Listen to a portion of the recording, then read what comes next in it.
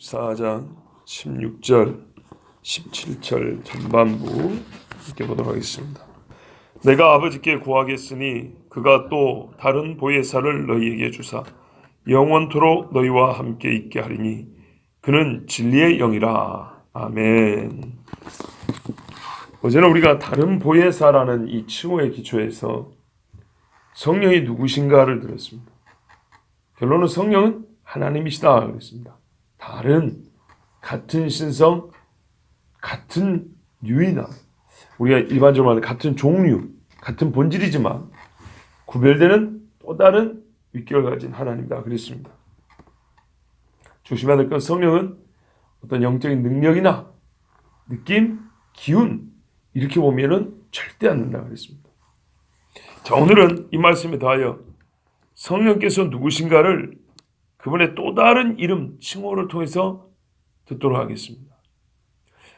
우리가 사람 관계에서도 그가 누구인지를 아는 것은 상호 인격적 관계를 맺기 위해서 가장 앞서고 또 필수인 조건입니다.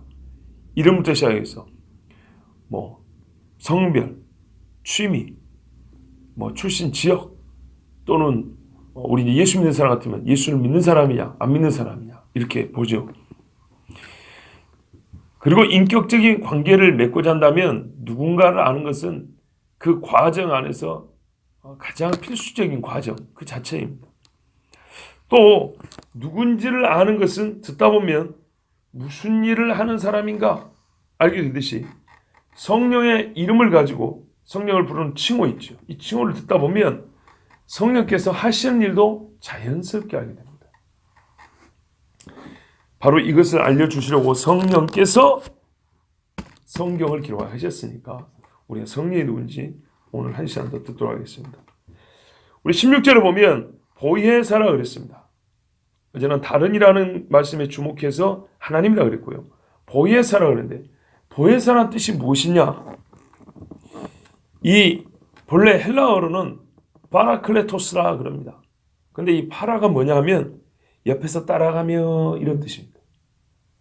크레토스는 부르심을 받은 이런 뜻입니다. 붙이면 파라크레토스, 즉 보혜사란 말은 어떤 다른 사람을 돕는 자로서 그 사람 옆에 부르심을 받은 자입니다. 그러니까는 나를 도와주시려고 내 옆에 불러가지고 있게 한 사람 이런 뜻입니다. 성령은 누군가가 불러서 내 옆에 둔 분입니다. 그러니까 예수 말해요. 내가 아버지께 구하겠으니. 그죠? 그것도 말해요. 내가 가면 내가 성령을 보내리니 이렇게 돼 있죠. 그런 뜻입니다. 누군가가 나를 도와주라고 나와 함께 있으라고 이렇게 붙여준 분 이런 말이다. 불러다가 옆에 붙여준 분. 자, 돕는 자로서 옆에 부르심을 받은 자. 이게 원래 보혜사라는 원뜻입니다. 그런데 이 말을 이제 좀 파고 들어가면 조금 더 그 깊은 안에 들어있는 뜻을 생각하면 이 헬라어를 라틴어로 번역하면서 이 말 뜻을 이해한 사람이 이 불가타 역본이라고 합니다. 라틴어 번역을. 이제 이게 고대 불가타 역본이 있고 카톨릭에서 쓰는 불가타 역본이 있는데 이 카톨릭에서 쓰는 것은 좀 문제가 많습니다. 그렇지만 그 중에 다 틀린다고 보기는 어렵고요. 거기서도 우리가 취할 수 있는 용어가 있는데 이거 뭐냐면 아드보카투스라는 말입니다. 라틴어로. 아까 파라클레토스라는 헬라어를 라틴어로 아드보카투스라고 번역을 했는데 이 아드란 말도 옆에서 이런 뜻이고 보카투스 이 말은 보카레 우리가 노래 부르는 사람을 보컬이라 그러죠. 거기서 나온 말입니다. 부르다 이런 말입니다. 똑같은 뜻입니다. 다른 사람을 도우라고 그 사람 옆에서 돕는 자로 부름을 받은 사람 똑같은 말입니다. 파라크레토스를 똑같은 말로 라틴어로 바꾼 게 아드보카투스고 이게 영어로 애드버킷이라고 합니다. 똑같습니다. 근데 발음만 좀 다릅니다. 우리 아는 사람 있어요. 옛날에 축구 감독 있었죠? 아드보카트 감독 있었죠. 그 사람이 바로 말 뜻으로 하면 보혜사라는 뜻입니다. 이름이. 그러니까 그 사람 집안이 혹시 믿는 집안인지 몰라요. 우리말로 하면 이름을 한성령 이렇게 지은 거예요. 네. 자, 아드보카트 감독, 아드보카투스. 그 말은 뭐라고요? 옆에서 도우라고 부름을 받은 자. 불러다가 이 사람 좀 도우세요 하고 옆에다 딱 붙여놓은 사람. 이런 뜻입니다. 자, 그런데 이 아드보카투스를 그럼 아무 때나 옆에서 도우라고 하냐? 이게 이제 조금 전문적으로 들어가면 법률 문제에 있어서 옆에서 도와주라고. 그러니까 우리가 이제 여기서 우리가 잘 쓰는 말인 거예요. 변호자, 이 말이 이게 나오는 거예요. 우리는 보통 앞에가 다 생략하고 그냥 변호 이렇게 들었는데 이렇게 해서 나온 말이에요. 아드보카투스라는 말은 옆에서 도와주긴 하는데 어느 때 특별히 도움이 되는 사람요? 법률 문제에 있어. 네가 유죄냐 무죄냐를 결정하는 데 있어서 나를 무죄로 인정해달라고 나 대신 말해주는 사람, 나를 대신하여 변호해주는 사람, 요 사람을 가르칠 때 특별히 아드보카투스라는 변호인이란 말을 딱 붙여요. 대변인, 대연자, 변호인. 자, 그럼 보세요. 예수님이 또 다른 보혜사라고 했으니까 우리가 여기서 또 할 수 있는 게 뭐예요? 예수님도 보혜사라는 얘기예요. 그죠? 우리가 그렇게 알고 있죠. 예수님이 나의 죄를 변호해주는 분이잖아요. 요한일서 2장 1절에 나의 자녀들아 내가 너에게 쓰면 너희로 죄를 범치 않게 하려 함이라. 만일 누가 죄를 범하면 아버지 앞에서 우리의 대연자가 있으니, 이게 바로 파라크레토스 보혜사 그 말이에요. 대연자가 있으니 곧 의로우신 예수 그리스도시라. 예수님이 우리를 변호해 주죠. 그런데 예수님이 그 일을 하다가 육체로 가시고 우리에게는 여전히 그 일을 해줄 분이 필요해요. 영으로 임하셔서 똑같은 일을 하기 때문에 같은 본질이지만 구별되는 위격으로서 또 다른 보혜사 이런 거예요. 내가 너희에게 보혜사로서 일을 해왔는데, 그죠? 이제는 다른 보혜사를 보내줄게. 근데 그분이 함께하면 있잖아. 내가 옆에서 육으로 있었던 것보다 훨씬 더 좋아. 이렇게 말씀한 거예요. 그럼 예수님은 보혜사 직무를 이제 끝냈습니까? 아니죠. 여러분, 중보자와 이 보혜사 직무를 우리 주님이 어디서 계수하고 있죠? 하늘에서 계수하고 있죠. 히브리서 7장에 보면 뭐라 그래요? 저 하늘에서 우리를 위하여 친히 간구하고 계신다 그러죠. 바로 그 말이에요. 그러니까 우리가 육으로 있을 때 성령께서 보혜사로서 우리를 그리스도께 인도하고 우리를 하여금 탄식하게 기도하게 하고, 그죠? 그리고 예수님이 이 땅에 계시면서 그 일을 하셨고 제자들을 위하여 기도하시고, 베드로야 네가 마귀에게 까불림을 당하지 않도록 내가 너를 위하여 기도한다 그랬죠. 위에 가서 기도하고 계시고, 이렇게 해서 참 우리는 이렇게 보혜사의 도움을 받고 신앙생활을 하는 겁니다. 그런데 우리나라에 정신 나간 인간들이 가끔 있죠. 자기가 보혜사라는 거예요. 뭘 알고 하는 소리일까요? 보혜사를 뭐 해준다고요? 이 사람의 죄를 대신 책임을 지고 변호를 해주고 대응을 해줘야 되는 거예요. 급기야는 죄짐을 지기까지 한다고 말하면 좀 지나칠지 모르지만 그게 되는 정도가 돼야 돼요. 근데 어떤 인간이 남의 죄를 위하여 나서준단 말입니까? 누가 베냐민을 종으로 삼겠다는데 유다처럼 나설 수 있냐 이 말입니다. 자, 우리에게 보혜사가 몇 분 계신다고요? 2분. 예수 그리스도와 성령이십니다. 아까 말씀드린 대로 로마서 8장 26절에 성령이 이와 같이 성령도 우리 연약함을 도우시다니, 우리가 마땅히 빛발 알지 못하나 오직 성령이 말할 수 없는 탄식으로 우리를 위하여 친히 간구하시느니라. 히브리서 7장 25절에도 뭐라고요? 그러므로 자기를 힘입어 하나님께 나가는 자들을 위하여 온전히 구원하실 수 있으니 이는 그가 항상 살아서 저희를 위하여 간구하심이라. 예수님. 자, 보혜사에서 놓치지 말아야 할 뜻이 또 하나 있어요. 그것은 영어로 comforter 그러는데 위로자. 또 이거 많이 들었는데, 그죠? 위로자. 보혜사는 대변인이요 위로자라고 그랬어요. 이 위로자라는 말이 나온 이유는 영어로 번역하면서, 영어 쓰는 사람들이 이 라틴어를 영어로 번역하면서 가장 적절한 말이 뭘까 하면서 생각한 게, 이 말은 위로자라고 번역하면 좋을 것 같아 그랬어요. 그런데 우리는 영어권 사람이 아니니까 그 말의 온전한 의미를 모르죠. 1차적인 의미만 보죠. 위로자. 그죠? 1차적인 의미만 보는데, 이게 그러니까 우리가 영어를 쓰는 사람이 아니기 때문에 한계예요, 한계. 그냥 컴포터 하면은 위로자 이래서요. 그 말의 1차적인 의미는 뭐냐면, 우리가 담요로 둘러쓰고 있으면 그 안에 온기가 있지요. 추울 때 이렇게 따뜻하게 이런 느낌이거든요. 위로자 1차는 이런 느낌이라고. 여기에 없다는 건 아닌데 여기서 멈춰버린다고요. 우리는 왜요? 영어를 모르니까. 저도 마찬가지예요. 우리 한국말을 완전히 한국말을 알아야 어떤 거는 욕이 아니고 친밀감의 표시라는 것도 알 수 있는 거잖아요. 애칭을 알 수 있는 것처럼. 그냥 문자만 하는 사람들은 욕은 욕으로 듣고 칭찬은 칭찬으로 듣고 반어적인 표현도 모르고 잘했다 잘해 이거 진짜 잘한 줄 알고 이런 거죠. 그러니까 이게 원어민하고 안 원어민의 차이인 겁니다. 근데 영어를 자기 말로 쓰는 원래 영어권 사람들은 이 컴포터라는 말이 그냥 위로자가 아니고요. 이 컴이라는 말이 라틴어예요. 쿰에서도 쿰. 같은 말이에요. 나란히 같이 똑같은 뜻이에요. 근데 포터 이 짐 나르는 포터는 짐꾼이라는 얘기고 이게 포르터 이거 포터는요 라틴어 포르티스에 나왔는데 이 말은 뭐냐면 강하게 하다 이 말이에요. 그래서 요새 같은 것을 포트리스라고 그러죠. 예, 요새화하다, 강하게 하다 이 말이에요. 무슨 말입니까? 우리가 하는 컴포터라는 말은 옆에서 따뜻하게 아이고 그럴 수 있지, 아이 괜찮아 이렇게 생각한대요. 원래 컴포터의 말 뜻은 그런 말이 아니에요. 옆에 있어서 강하게 해주는 자를 컴포터라는 거예요. 위로는 그냥 주저앉는 채로 계속 그래 한 번 더 울어도 돼 울어 그래 울 때는 우는 거야 이것이 아니에요.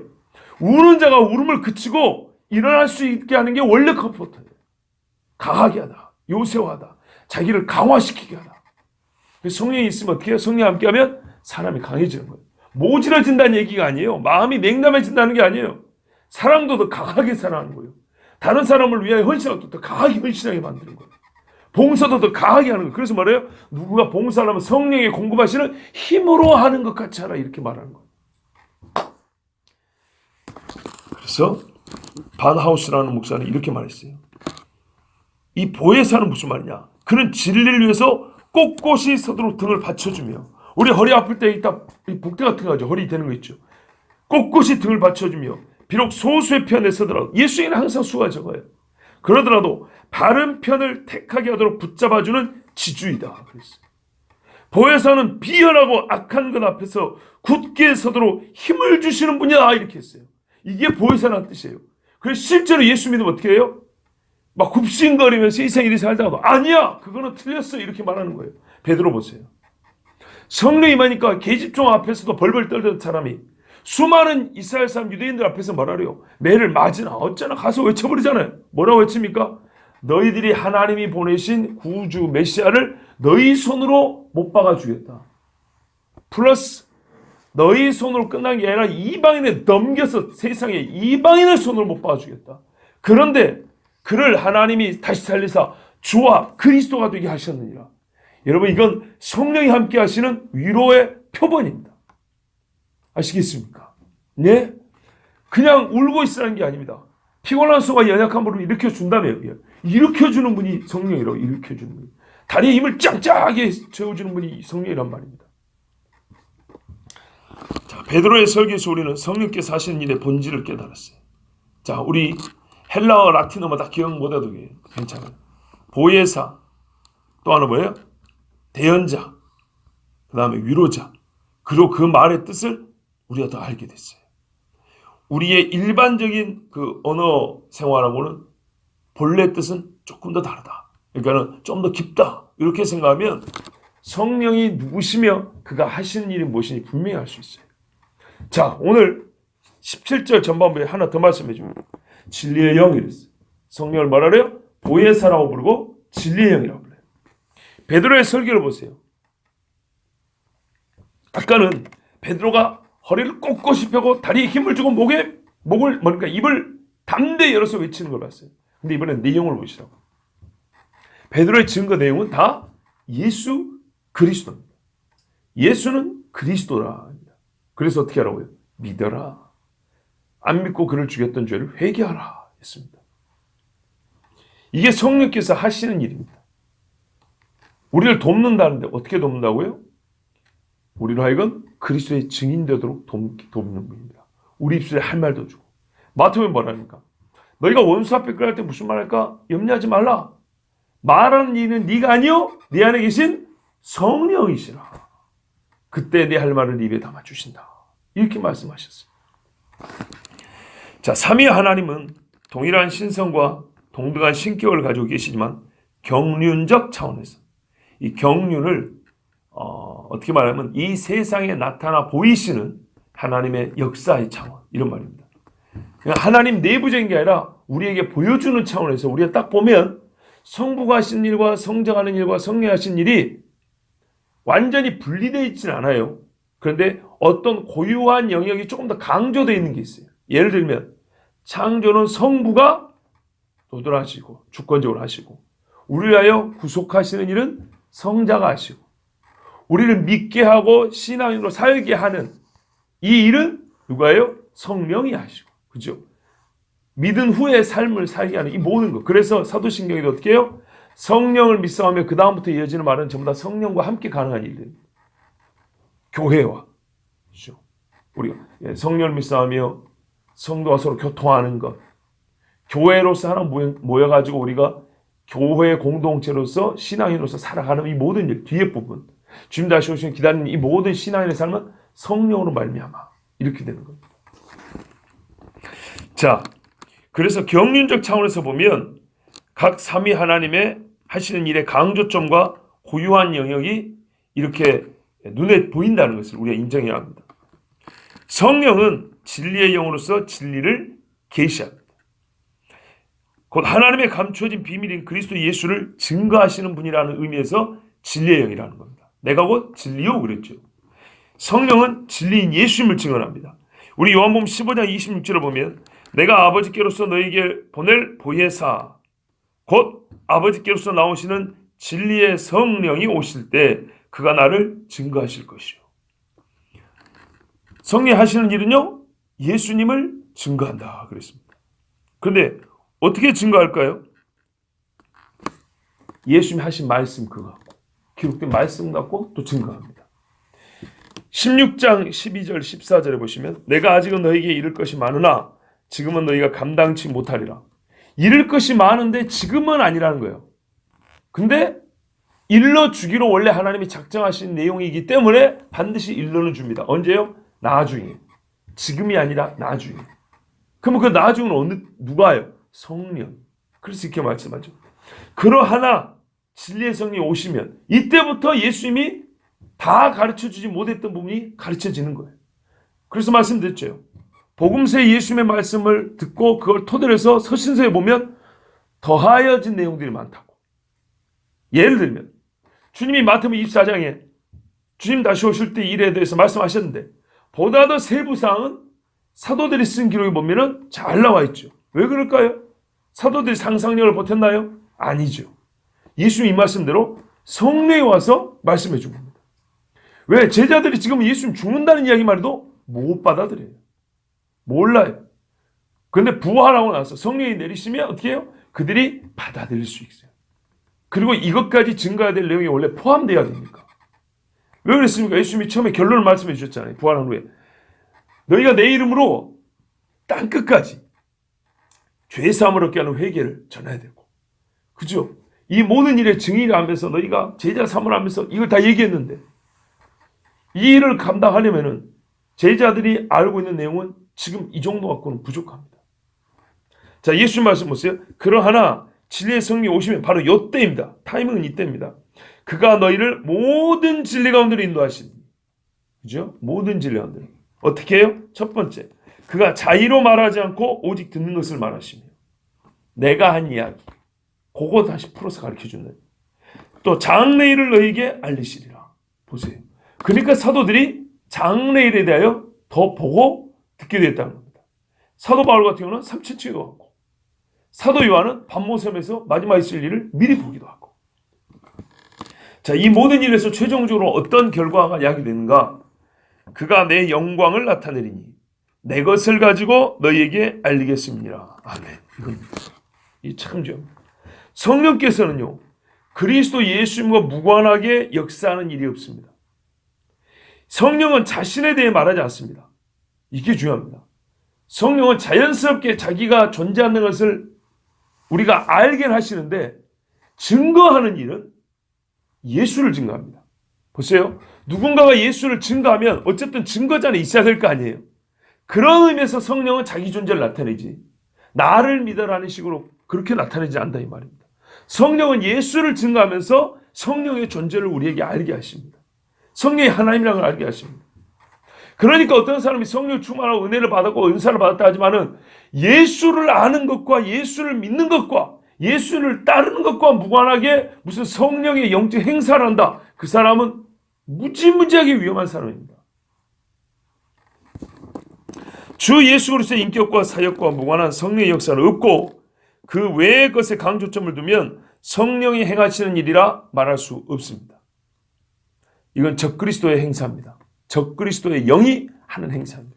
성경이 그렇게 말합니다. 요한일서 4장 1절 3절 보면 살아있는 자들아 영을 다 믿지 말고 믿을 만하게 보인단 말이죠. 오직 영들이 하나님께 속하였나 분별하라.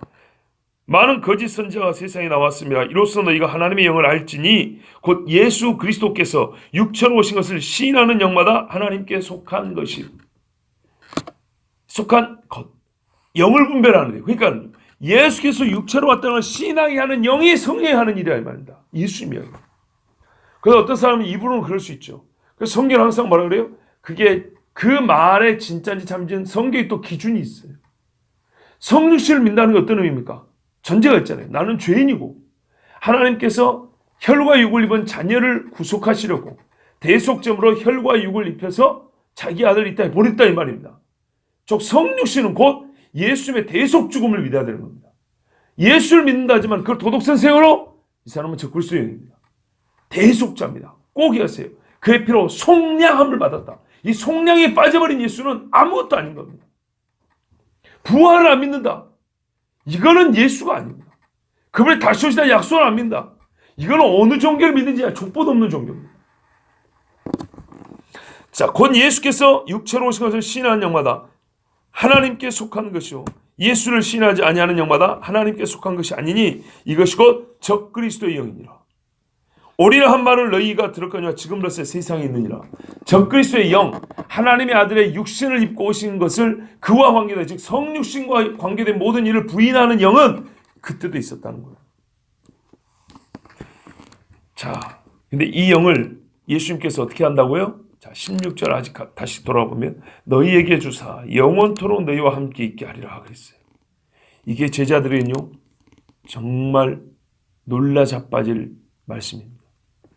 여러분 생각을 해보자고요. 제자들은요 유대인이잖아요. 유대인 제자들이 아는 사실이 있어요. 아브라함, 모세, 요셉, 이사야, 엘리야, 다니엘, 사무엘 이런 분들 있죠. 이런 분들은 그들이 정말 존경에 맞지 않는 믿음의 사람들이죠.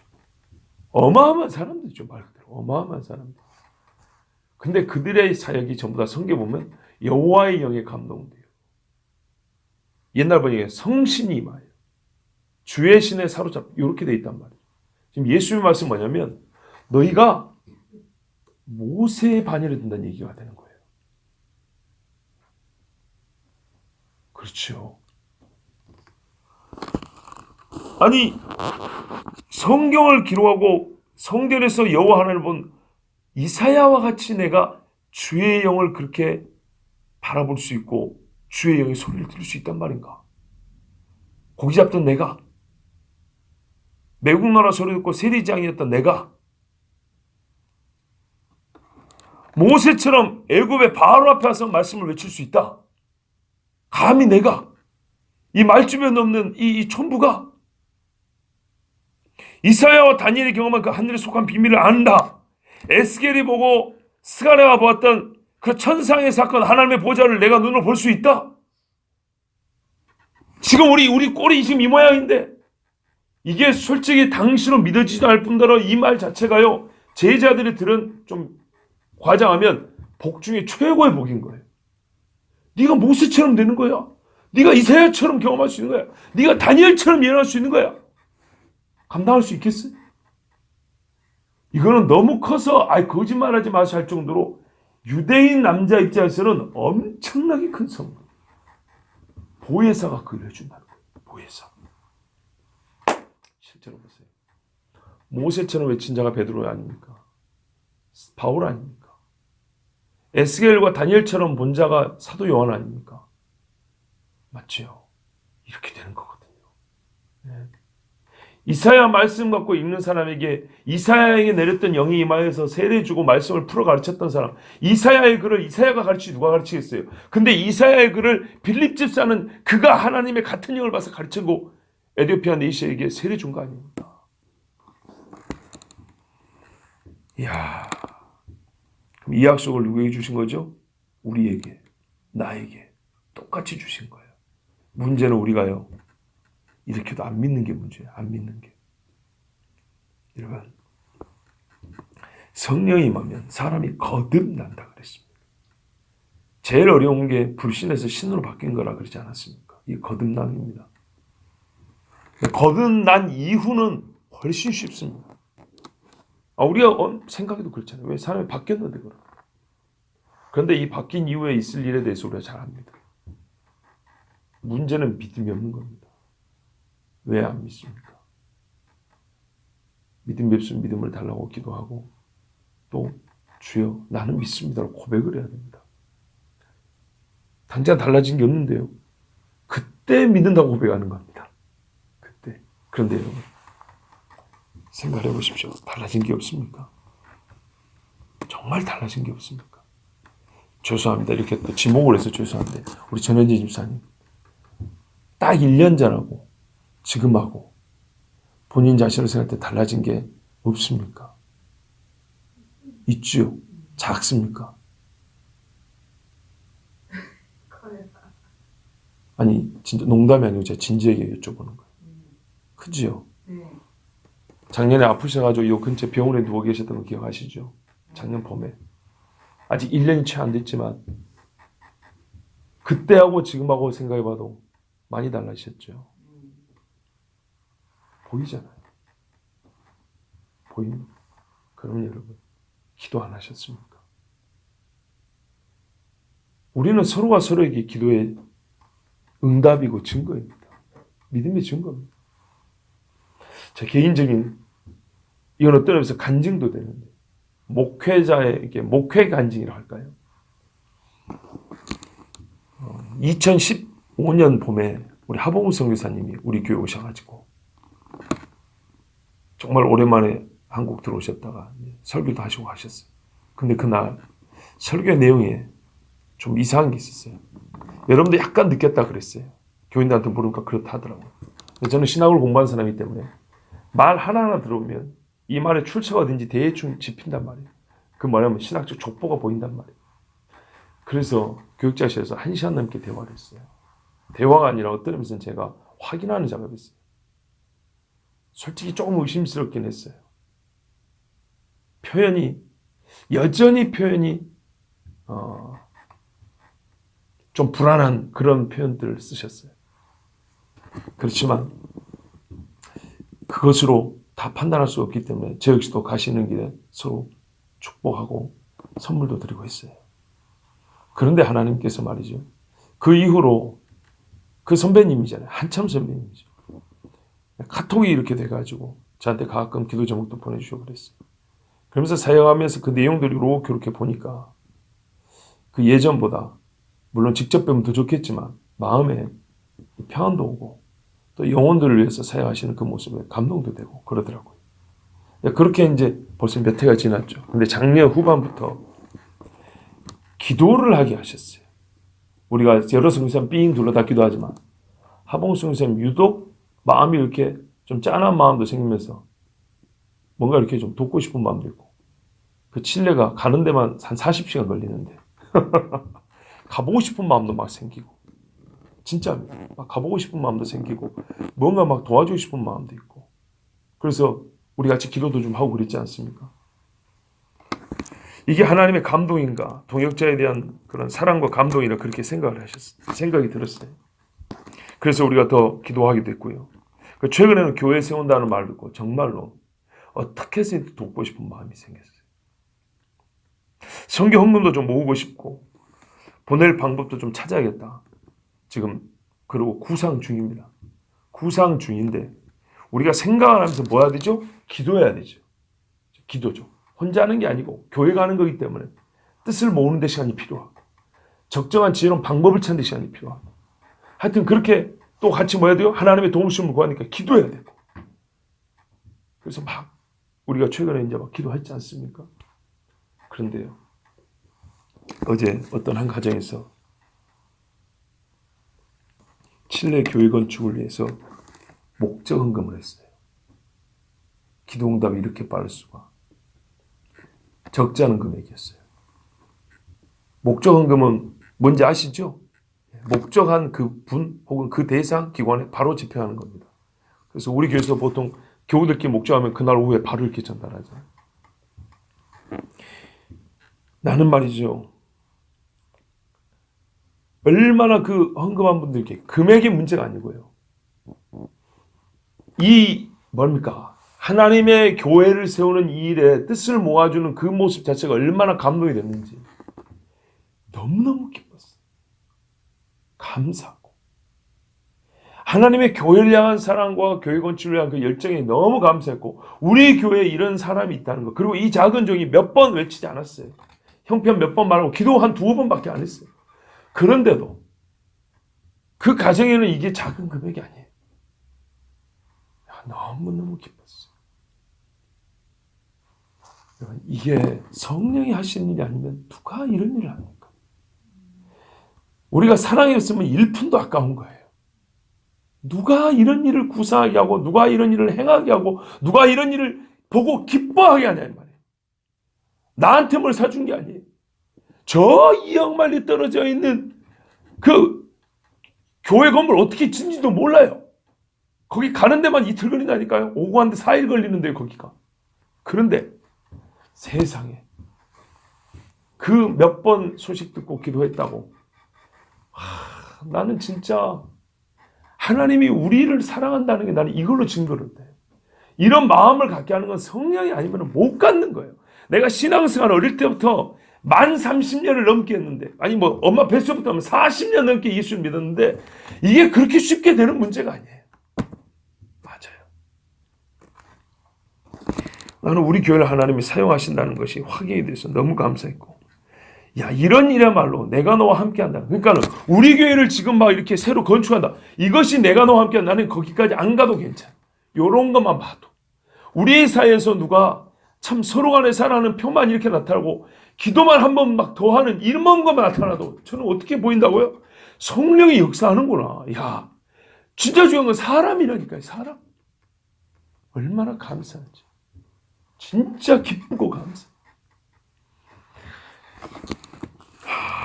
주여, 하나님의 마음, 주시는 마음을 거부하지 않고 작은 종의 마음도 외면이 아니라 깊이 헤아려주는 이런 마음은 성령이 아니고서는 불가능합니다. 보혜사 성령, 하나님께서 그리스도의 교회를 향한 거룩한 뜻을 품게 하시고, 성령은 또한 이런 일을 기쁘게 하십니다. 우리를 알고 함께 즐거워하게 하십니다. 나는 믿습니다.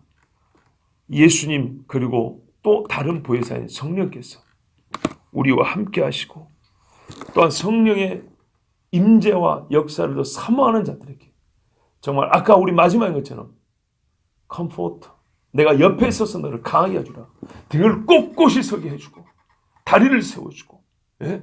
입을 열어서 전하게 하시고, 이렇게 우리에게 역사해 줄로 믿습니다. 사모하십시오. 기도는 결코 우스운 것이 아닙니다. 작은 것이 아닙니다. 귀에 들려지는 단 한마디의 말은 우리 밥 한 끼가 주는 육체의 힘 그 이상 우리 영혼에 엄청난 힘을 주는 겁니다. 정말 우리의 삶을 새롭게 삽니다. 단 한 번뿐인 인생입니다. 딱 한 번 사는 것인데 주님 앞에 섰을 때 진짜 말이죠, 네가 내가 준 것을 이렇게 많이 남겼구나, 그렇게 칭찬을 듣고 주님과 거하게 하는 그 뿔이 바로 하나님의 진리의 영이십니다. 여러분 꼭 이 말씀을 믿으시고 또 믿는 줄 압니다. 더욱 확신하시고 성령이 이끄시는 대로, 정말 성령이 또한 주장하시는 대로 우리 교회와 나 자신이 성령이 나와 함께하는 것뿐만 아니라 내가 성령과 함께해요. 주님 믿죠? 내가 너 안에 네가 내 안에, 이렇게 주와 함께 거주하면서 동행하면서 살아가고 주의 역사 함께 맛보아 나아가는 우리 교회가 되기를 원합니다. 사모하는 영혼들에게 이 말씀이 이루어질지어다. 아멘. 기도하겠습니다. 하나님 감사합니다. 거룩하신 주의 영이 함께 하셔서